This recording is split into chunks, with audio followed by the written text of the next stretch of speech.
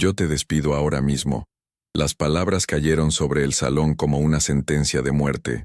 El silencio que siguió fue tan denso que parecía succionar el aire de los pulmones de todos los presentes.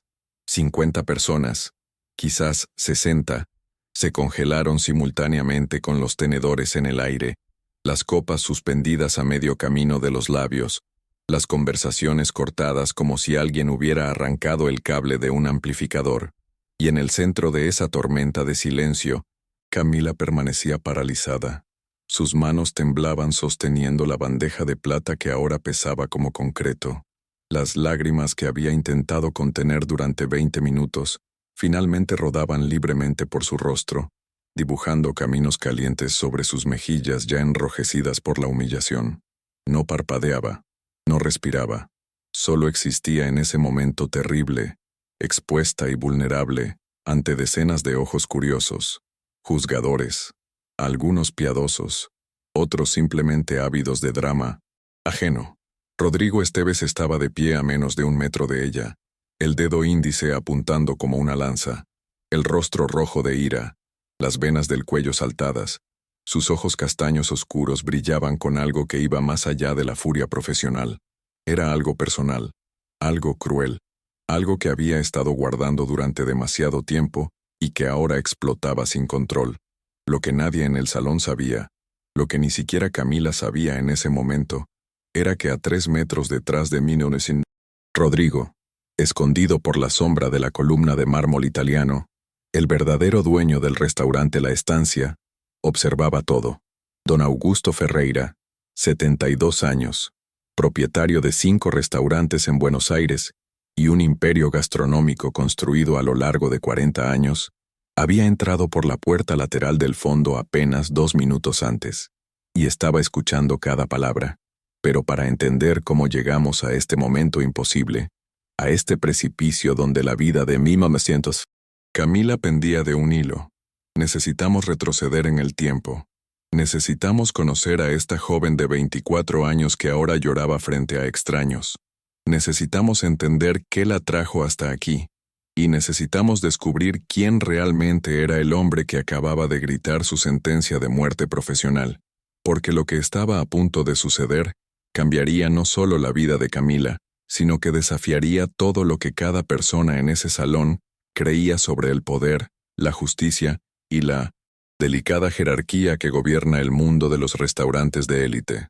El restaurante La Estancia no era simplemente un lugar para comer, era una institución, una catedral de la alta gastronomía porteña, erigida en el corazón de Recoleta, el barrio más aristocrático de Buenos Aires. Fundado en 1983 por don Augusto Ferreira, hijo de inmigrantes portugueses que llegaron a Argentina con nada más que sueños y disposición para trabajar, La Estancia se había convertido a lo largo de 4 décadas en el símbolo máximo de lo que significaba cenar con clase en la capital argentina. Las paredes estaban revestidas de madera de cerezo, traída especialmente de Brasil, barnizadas con tal perfección que reflejaban la luz ámbar de las arañas de cristal checo que colgaban del techo en intervalos precisos. El piso era de mármol travertino italiano, con vetas doradas que parecían ríos de luz fosilizada, corriendo bajo los pies de los comensales. Cada mesa estaba cubierta con manteles de lino irlandés, blancos como nieve fresca, y sobre ellos descansaban cubiertos de plata francesa que habían sido pulidos hasta brillar como espejos. El aroma en el aire era una sinfonía compleja. Predominaba el olor de carne asándose en brasas de quebracho, esa madera argentina dura como piedra que ardía lenta y perfumada. Pero debajo de esa nota principal, danzaban otras fragancias. Mantequilla clarificada con hierbas frescas, vino tinto respirando, en decantadores de cristal, pan casero recién salido del horno, ajo confitado en aceite de oliva español, y ese toque casi imperceptible de cera de abeja que los mozos usaban para pulir las copas en cada servicio. El sonido ambiente estaba controlado con maestría. Conversaciones en tono moderado creaban un murmullo constante, como olas suaves rompiendo en una playa distante. El tintineo ocasional de cristal contra cristal, el arrastre discreto de sillas cuando alguien se levantaba, y, siempre en el fondo, una selección cuidadosa de tango clásico sonando en un volumen tan bajo que parecía más una sugerencia que música propiamente dicha. Era un miércoles por la noche, tradicionalmente uno de los días más concurridos de la estancia. Ejecutivos celebrando negocios cerrados, parejas en aniversarios de bodas, políticos en cenas discretas, todos vestidos con la elegancia casual que solo el dinero viejo sabe ostentar sin esfuerzo. Los hombres en blazers de lana, italiana, camisas sin corbata pero con gemelos discretos de oro. Las mujeres en vestidos que costaban más que un auto popular, joyas que eran inversiones, perfumes franceses cuyos nombres se susurraban con reverencia. Y entre estos dioses y diosas del Olimpo financiero, se movían los mozos, vestidos todos de negro y blanco, como pingüinos ejecutando una danza ensayada durante años. No caminaban, se deslizaban, no hablaban, murmuraban, no servían, presentaban cada plato como si fuera una obra de arte siendo revelada por primera vez. Camila Ordóñez tenía 24 años, pero sus ojos llevaban una edad mucho más antigua. Eran ojos castaños oscuros, grandes y expresivos, rodeados de pestañas largas que nunca había necesitado pintar con rímel, pero en ellos había algo más. Una seriedad, una vigilancia constante, la mirada de quien creció necesitando estar siempre atenta, siempre lista para el próximo golpe que la vida pudiera dar. Era bonita de una forma que pasaba desapercibida en una primera mirada. No tenía la belleza gritona de las modelos que ocasionalmente cenaban en la estancia. No poseyó esa perfección geométrica que la cirugía plástica puede comprar. Su belleza era más sutil. Estaba en los ángulos delicados de su rostro, en la curva suave de su cuello, en la forma como sus labios se curvaban en una sonrisa tímida cuando alguien la trataba con gentileza. Era una belleza que se revelaba de a poco, como una flor abriéndose en cámara lenta. Su uniforme de moza en la estancia era impecable, pero si se miraba con atención, se notarían las pequeñas señales de una vida dura. La camisa blanca había sido lavada tantas veces que la tela comenzaba a adelgazar en los codos. La pollera negra tenía una costura casi invisible en el lateral, donde ella misma había remendado un desgarro hace 3 meses. Los zapatos negros estaban bien lustrados, pero las suelas ya habían sido pegadas 2 veces por el zapatero de la esquina de su casa, y pronto necesitarían ser pegadas nuevamente. Pero eran sus manos las que realmente contaban su historia, manos pequeñas, de dedos finos y largos, que se movían con una gracia natural cuando servía, pero eran manos que conocían el trabajo. Había pequeños cortes cicatrizados aquí y allá, memorias de cuchillos que se resbalaron durante el turno de tarde cuando ayudaba en la cocina. Había callosidades en la base de los dedos, de sostener bandejas pesadas durante horas seguidas. Había manchas casi imperceptibles de quemaduras antiguas, de cuando comenzó a trabajar en restaurantes a los 16 años, y aún no había aprendido a respetar el poder del vapor. Camila se despertaba todos los días a las 5 de la mañana. 5 de la mañana. Cuando el resto de Buenos Aires todavía dormía bajo el manto de la noche, ella ya estaba de pie en el minúsculo departamento de un ambiente que compartía con su madre en Villa Soldati, uno de los barrios más humildes del sur de la ciudad. El departamento tenía 28 metros cuadrados, un cuarto donde dormía la madre, una sala que servía también de cuarto para Camila, con un sofá-cama que abría todas las noches y cerraba todas las mañanas, una cocina tan pequeña que 2 personas no cabían en ella al mismo tiempo, y un baño donde la ducha goteaba constantemente. No importaba cuántas veces el plomero improvisado del edificio intentara arreglarlo. Después de despertarse, Camila preparaba el desayuno. Mate cocido, para ahorrar en las hojas de yerba mate. Pan del día anterior, ese que la panadería de la esquina vendía a mitad de precio después de las 8 de la noche. A veces, cuando había un poco más de dinero, un pedazo de queso. Despertaba a su madre, la ayudaba a vestirse. Doña Mercedes tenía 53 años, pero parecía tener 70, 2 décadas trabajando como empleada doméstica, limpiando oficinas de las 2 de la madrugada a las 10 de la mañana.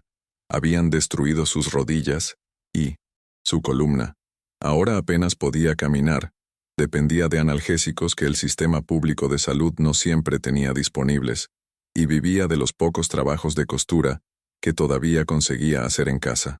«Vas a ser alguien, mi hija», doña Mercedes repetía todas las mañanas mientras Camila la ayudaba a sentarse en la silla de la cocina. «Vas a salir de acá. Vas a tener una vida mejor que la mía». Y era por eso que Camila se levantaba a las 5 de la mañana.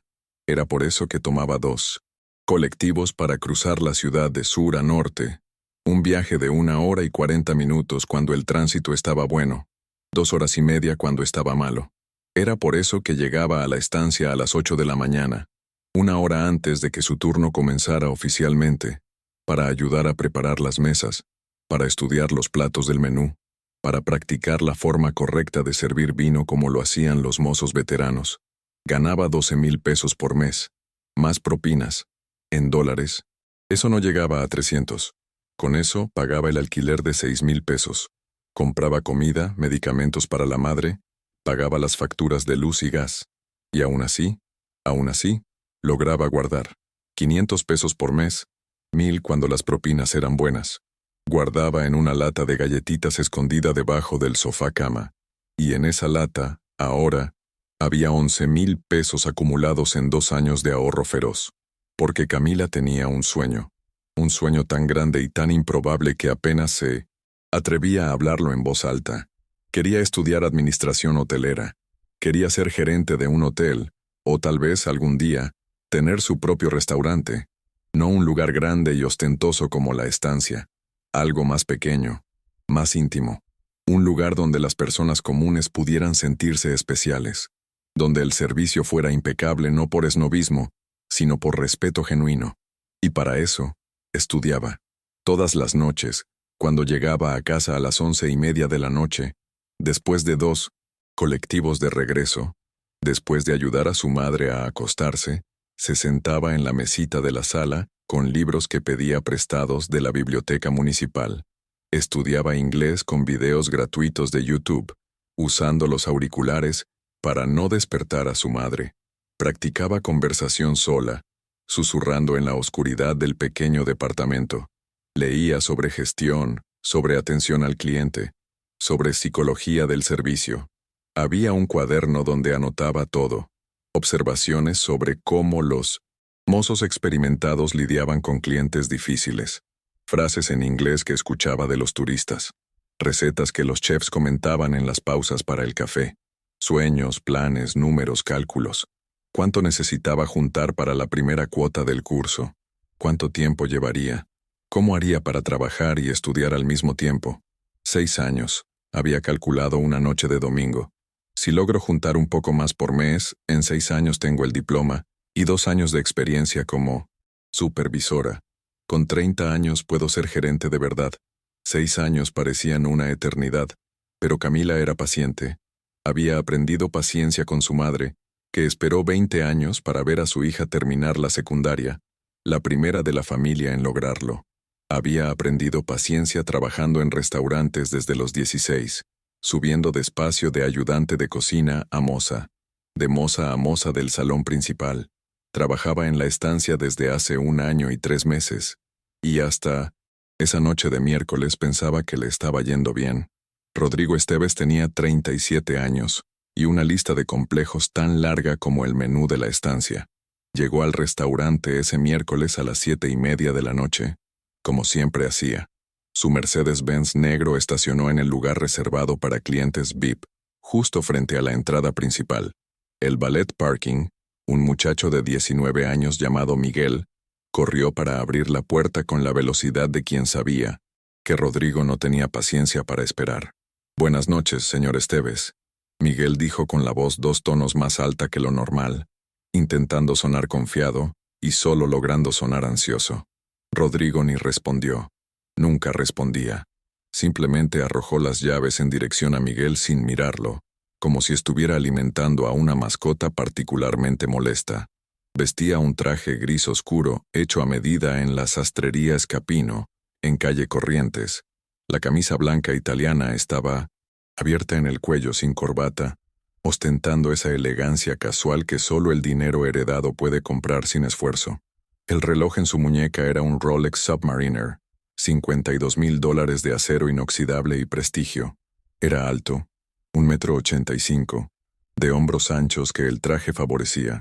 Tenía cabellos negros peinados hacia atrás con gel importado que olía a madera y especias. Su mandíbula era cuadrada, sus ojos eran castaños oscuros, sus cejas eran gruesas. Si lo vieras en una fotografía, pensarías hombre apuesto.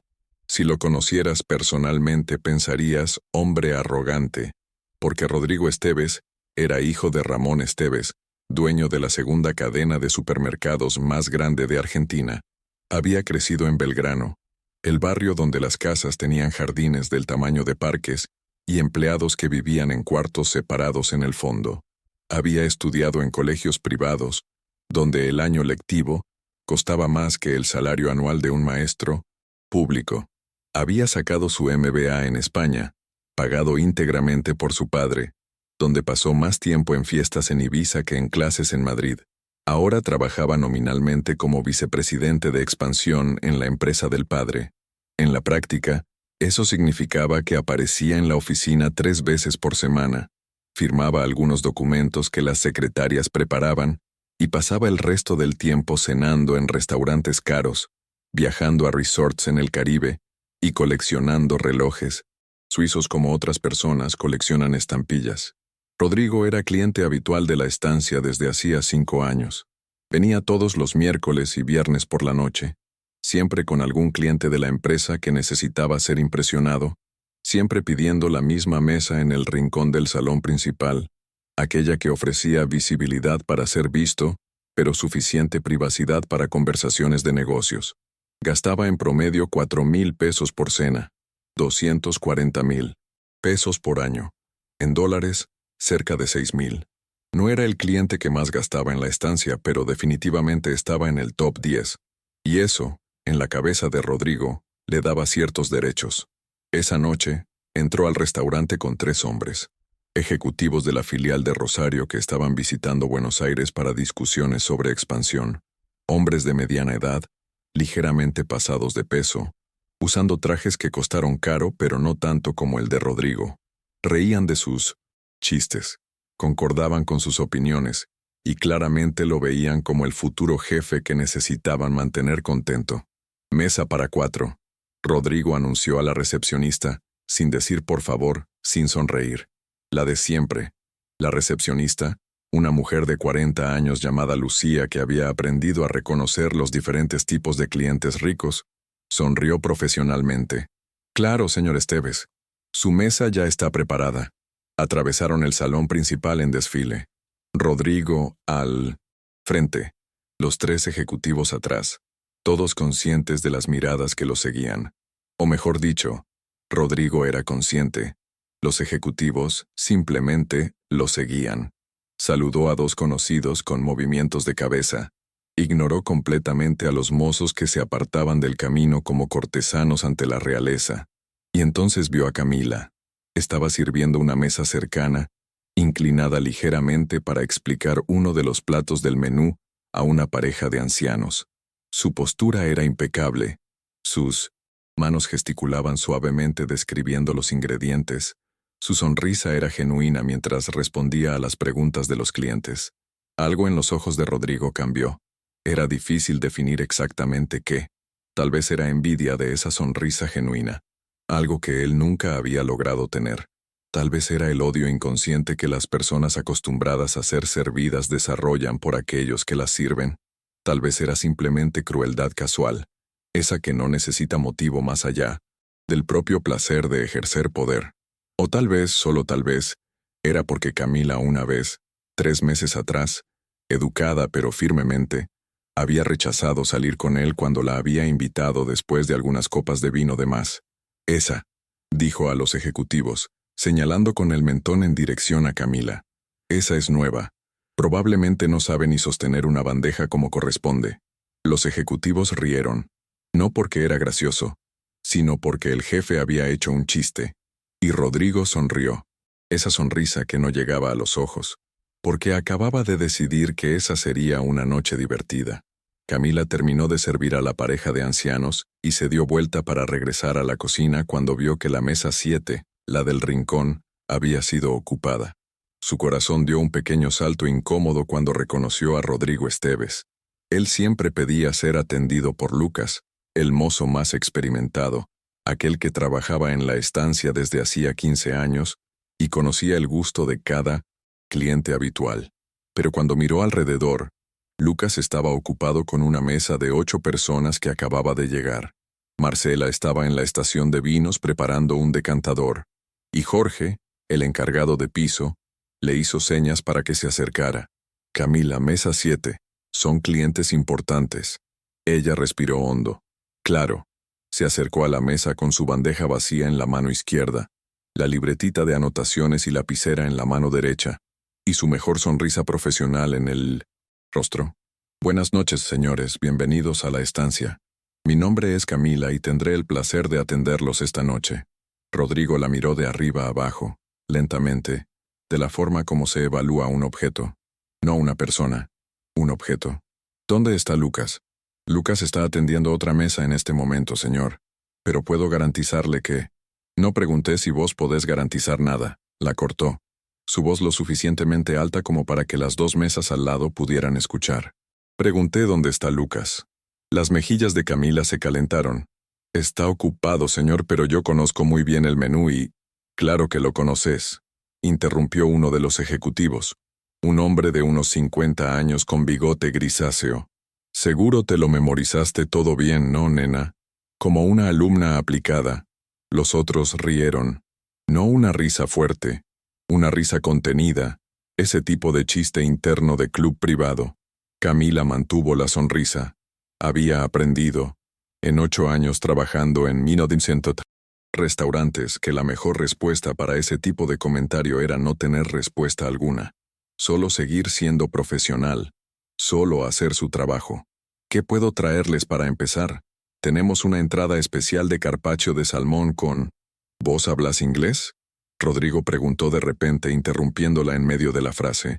La pregunta la agarró desprevenida. Yo... Sí, señor. Un poco. ¿Un poco? Repitió, levantando una ceja. ¿Qué es un poco?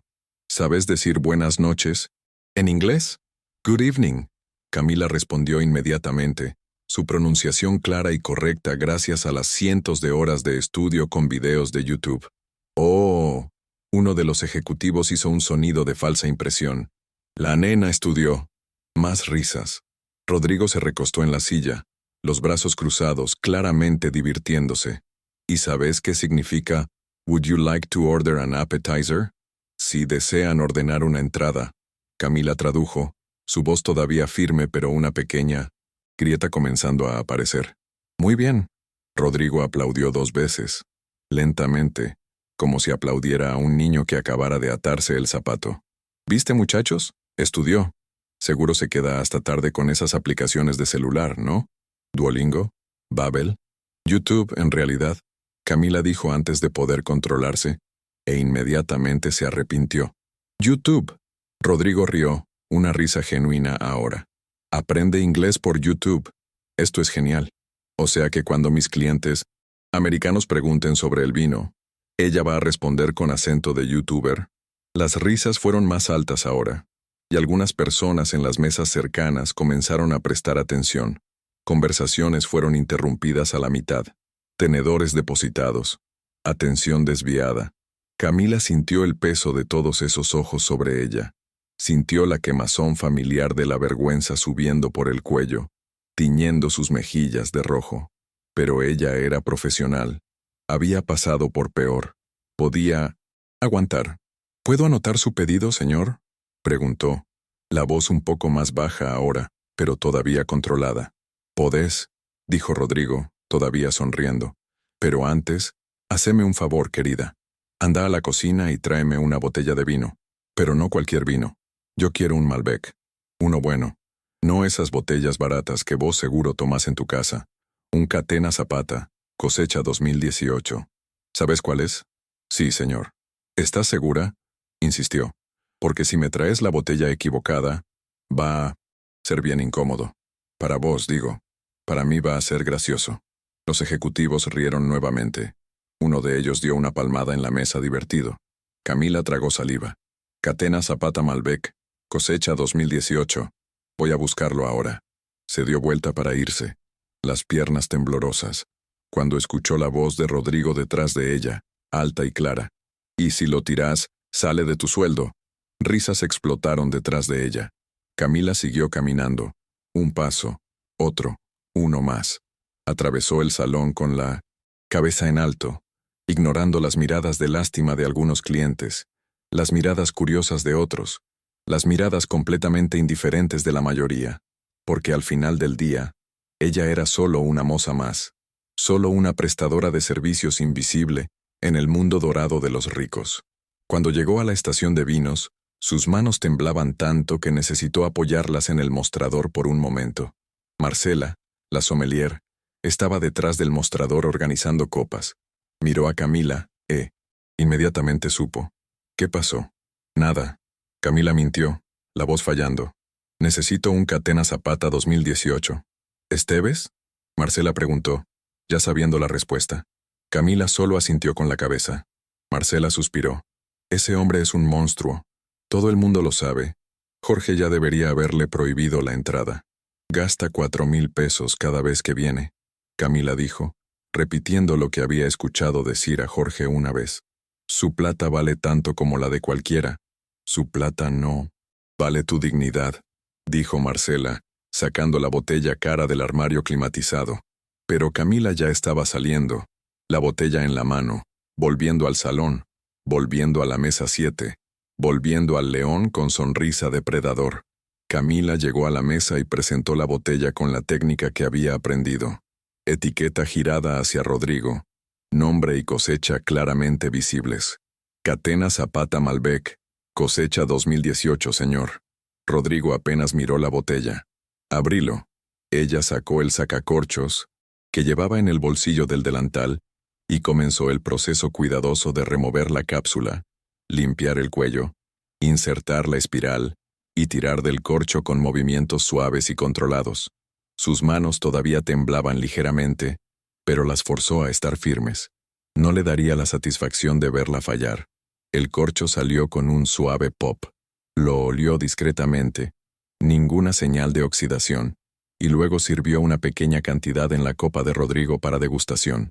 Él tomó la copa, giró el vino, lo olió ostensivamente, tomó un sorbo, y luego hizo una mueca exagerada.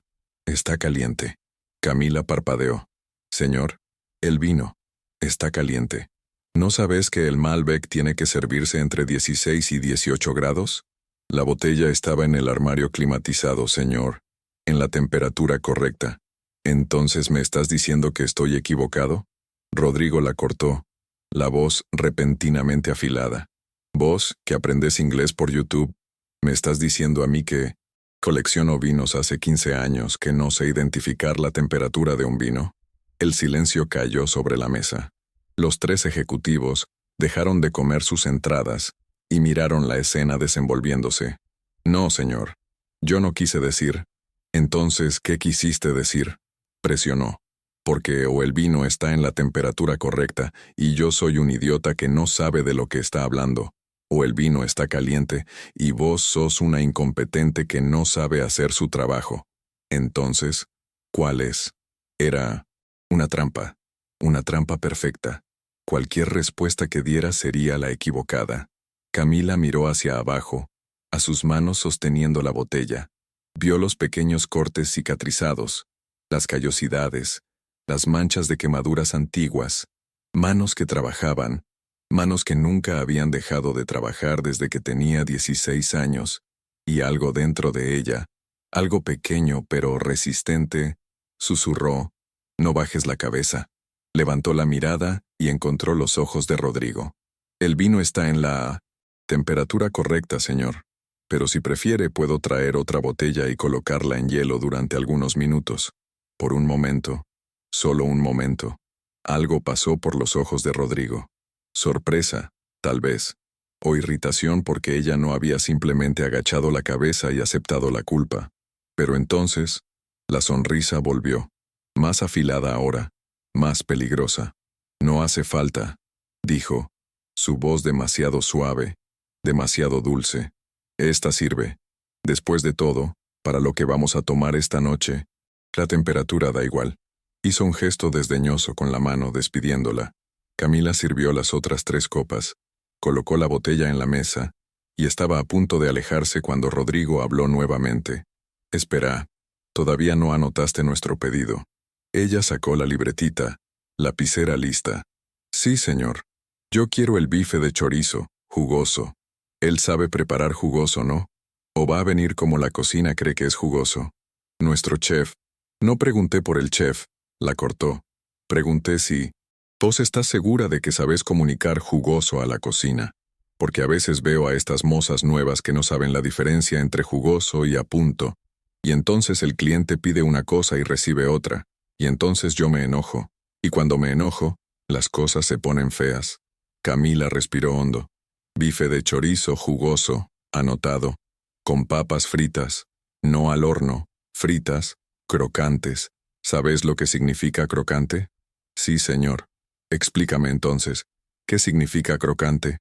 Los ejecutivos estaban todos mirando ahora, algunos con expresiones incómodas, otros claramente encontrando la situación divertida, y en las mesas alrededor, más personas prestaban atención.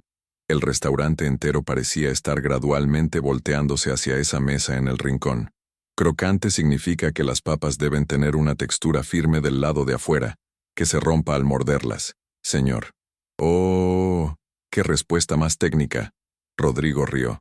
¿Eso lo memorizaste de algún libro? ¿O también fue de YouTube? Uno de los ejecutivos, el del bigote grisáceo, rió demasiado fuerte. Rodrigo, deja trabajar a la nena, boludo. Está haciendo lo mejor que puede. Lo mejor que puede. Rodrigo repitió, saboreando las palabras. Sí, supongo que tenés razón. Está haciendo lo mejor que puede, lo cual es, bueno, para su nivel. Camila sintió algo caliente y apretado subiendo por su garganta. Era bronca, se dio cuenta. Bronca genuina. No la irritación leve que sentía cuando los clientes eran groseros. Era bronca de verdad.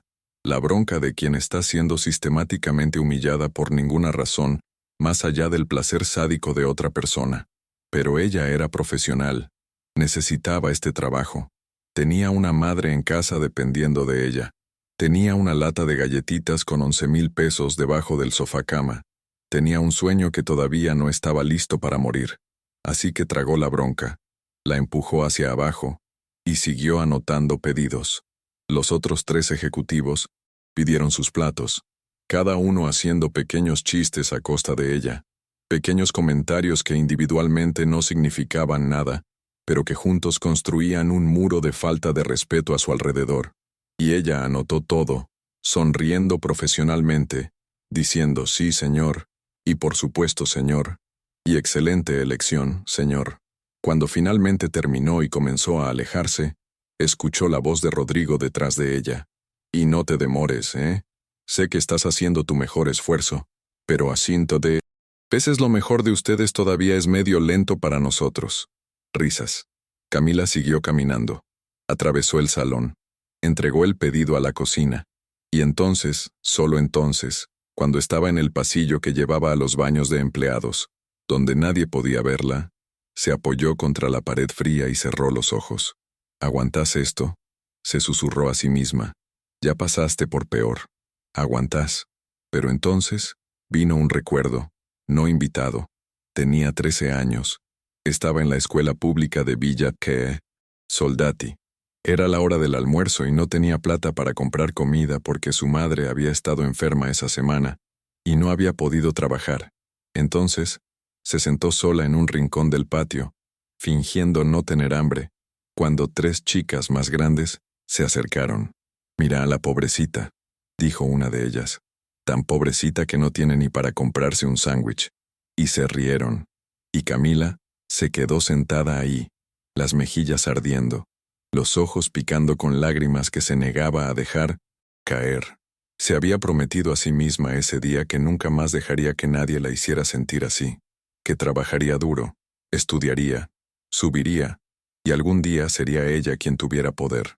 no para humillar a otros, sino para nunca más ser humillada. Y ahora, 11 años después, ahí estaba, todavía siendo humillada, todavía tragando bronca, todavía solo, aguantando. Abrió los ojos, secó las pocas lágrimas que habían escapado, enderezó el uniforme y volvió al salón. 20 minutos después, Camila volvió a la mesa 7 cargando una bandeja enorme con los 4 platos. El bife de chorizo de Rodrigo humeaba en el centro, perfectamente jugoso, un pequeño lago de sangre oscura alrededor. Las papas estaban doradas y crocantes, todo exactamente como lo había pedido. Sirvió cada plato con el cuidado que había aprendido, desde la derecha de cada cliente, sin nunca pasar el brazo frente a nadie, anunciando cada plato en voz clara. Bife de chorizo jugoso con papas fritas para el señor. Suprema de pollo con vegetales grillados. Costillas de cordero con puré de papas. Y ravioles de queso con salsa de tomates frescos. Muy bien, dijo Rodrigo, esta vez sin sarcasmo. Ahora andate. Voy a comer en paz. Camila hizo una pequeña reverencia. Un hábito que Jorge había insistido en que todos los mozos adoptaran, y comenzó a alejarse cuando escuchó la voz de Rodrigo nuevamente.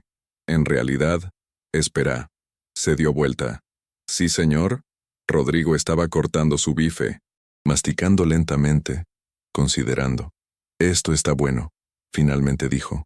Sorprendentemente bueno. Hasta vos lograste no arruinar el pedido. Me alegra que sea de su agrado, señor. Sentate acá un minutito, dijo de repente, dando una palmadita a la silla vacía a su lado. Camila se congeló. Señor, tengo otras mesas para atender. Sentate, repitió. Ya no un pedido, sino una orden. Solo un minuto. Prometo. Los 3 ejecutivos la miraron, luego a Rodrigo, claramente curiosos sobre hacia dónde iba esto. Alrededor, más cabezas se giraron. El murmullo de conversaciones en el restaurante había disminuido. Las personas estaban prestando atención ahora, aunque fingieran no estarlo.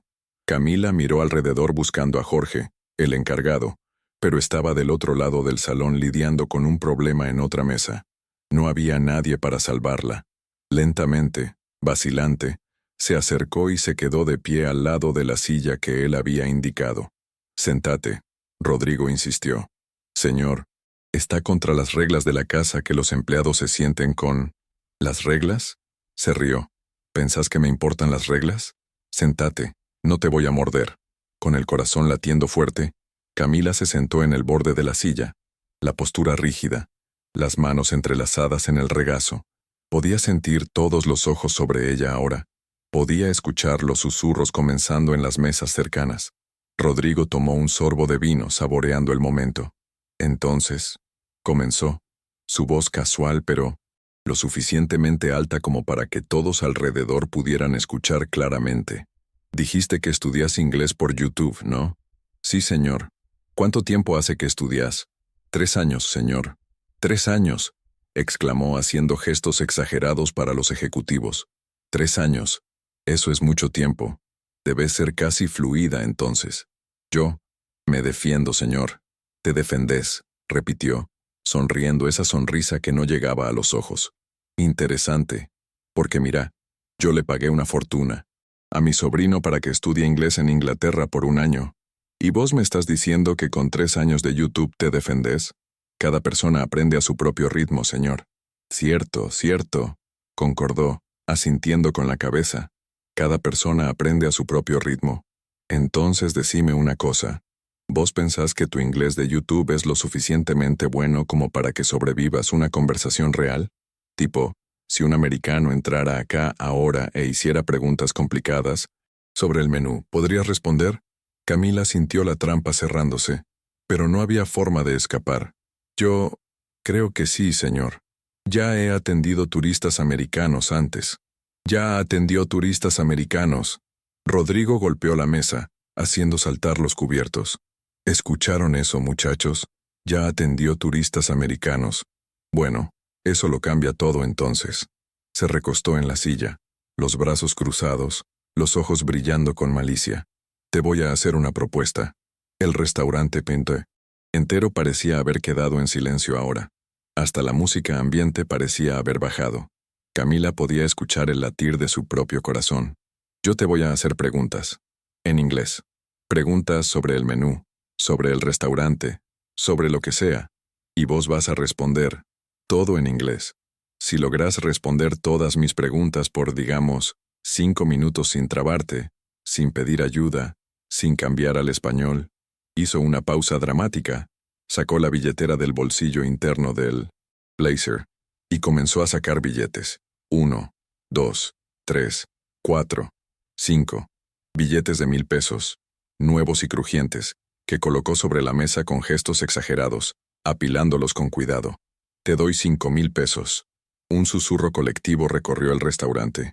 5,000 pesos, casi la mitad del salario mensual de Camila, 2 semanas de alquiler, 3 meses de medicamentos para su madre, la diferencia entre sobrevivir y vivir con un poco de dignidad.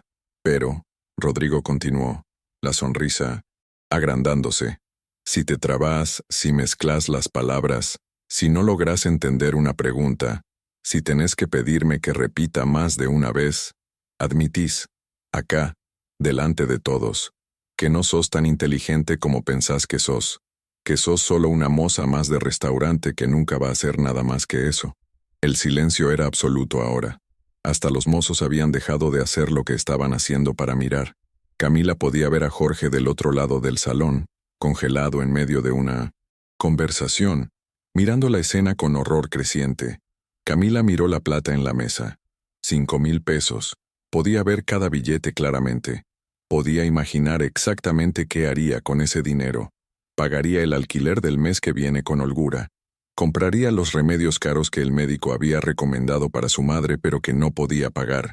Tal vez, compraría un libro nuevo. Un libro de verdad, no prestado de la biblioteca. Un libro sobre administración hotelera que había estado mirando en la vidriera de la librería por meses. Pero entonces escuchó, clara como si estuviera ahí al lado, la voz de doña Mercedes. Vos valés más que la plata de ellos, mi hija. Siempre valiste más. Y algo dentro de Camila, esa cosa pequeña pero resistente que había susurrado antes, ahora gritó, no, basta. Pero al mismo tiempo, una parte más práctica de ella, la parte que había crecido contando monedas para comprar pan, la parte que sabía lo que era dormir con hambre, esa parte susurró, necesitas esta plata. Y entonces, antes de que pudiera pensarlo mejor, antes de que pudiera considerar todas las consecuencias, las palabras salieron de su boca. Acepto. El restaurante explotó en murmullos.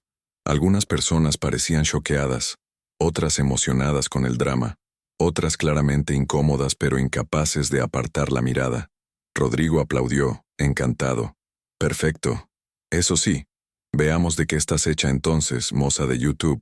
Se inclinó, hacia adelante, los codos en la mesa, el rostro a centímetros del de ella, y entonces, cambiando completamente al inglés con acento americano perfecto, preguntó, So, tell me, what exactly is in the chimichurri sauce that you serve with the steaks here? Camila respiró hondo. 3 años de estudio nocturno, cientos de horas mirando videos en inglés, conversaciones murmuradas sola en la oscuridad del pequeño departamento. Todo había sido para un momento como este. No exactamente este. Nunca había imaginado ser probada públicamente como un animal de circo, pero un momento donde su inglés importaría. The chimichurri sauce, comenzó, su voz temblorosa al principio pero ganando fuerza, is made with fresh parsley, oregano, garlic, red pepper flakes, red wine vinegar, and olive oil. We prepare it fresh every morning in the kitchen. Su pronunciación estaba lejos de ser perfecta. Su acento argentino era obvio, pero las palabras estaban correctas. La gramática estaba correcta. Y lo más importante, había respondido. Rodrigo parpadeó claramente sorprendido.